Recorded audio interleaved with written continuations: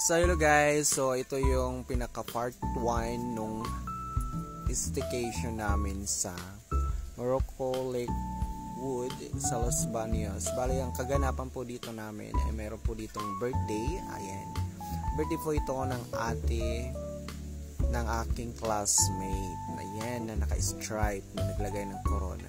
So, yan po yung may birthday siya. And then, thank you sa kanya dahil sa pag-invite niya sa akin dito. From Quezon City, nagbiyahe pa ako papuntang Laguna. So, dito na part, itas nag-aayos kami ng kanilang decoration para sa pictorial. Kasi, ayan, gusto talaga muna nila may pictorial. So, bali, pumunta lang talaga ako dyan para mag-ayos. Joke. So, ayan, tapos na kami dyan sa pag-aayos ng kanilang ano. So, ayan ang pinakamakukulit ng mga friends. So, ayan. Hello, shout out sa aking katulong dyan sa pag-ayos. So, ito na po, ready na po ang lahat. So, ayan. Ready na. Tapos ngayon, at nagbibase pa sila, pumunta muna ako sa labas para iikot ko kayo sa buong Morocco Resort. Ayan, sa Morocco Resort po yan. Yan po yung binayaran namin. Up and down na po yan. Yan po yung full hot spring po yan. Yun, hot spring siya. Joke. So, dito na part, ay pumunta ako sa pinaka, ano nila. Ayan yung pinaka cabin nila. Tapos ito yung pinakalabas. Ayan yung labas na yan is puro po private resort po yan. Sa loob po yan ng pinaka Lakewood Village. Ayan. So, ito, bumaba muna ako para tingnan yung mga tao din sa baba. So, dito, na-enjoy talaga ako dito sa chandelier nilang colorful na parang Christmas lagi sa kanila, charot. Pero maganda po yung place na to. Ayan, siguro ko ang style kasi ng pinaka-resort na to is parang sa India, ganon, napaka-colorful.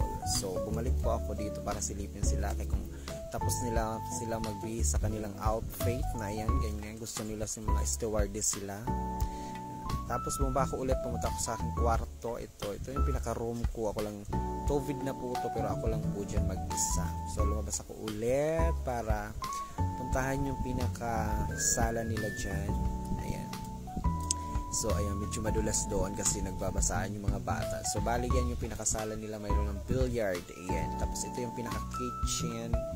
Ayan yung full. Maganda yung full. May hanggang leeg na siguro yan. Ganon. So, ayan. Tapos, bumalik ako ulit dito sa taas para tingnan sila ulit.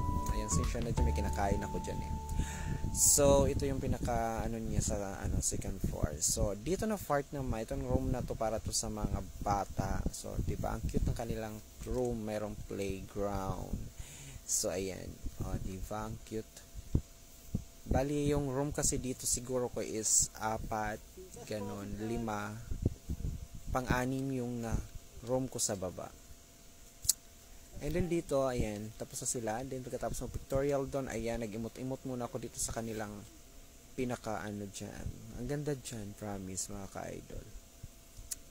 So, after ko mag-imot-imot dyan, kasi hinihintay ko sila dyan magsibabaan na, ayan. Bali, naligo na rin ako dyan kasi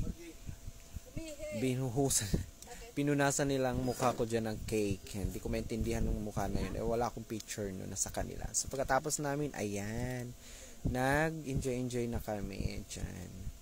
So, ayan, pampatulog. So, hanggang dito na lang mga ka-idol. Please don't forget to follow and share. Bye-bye!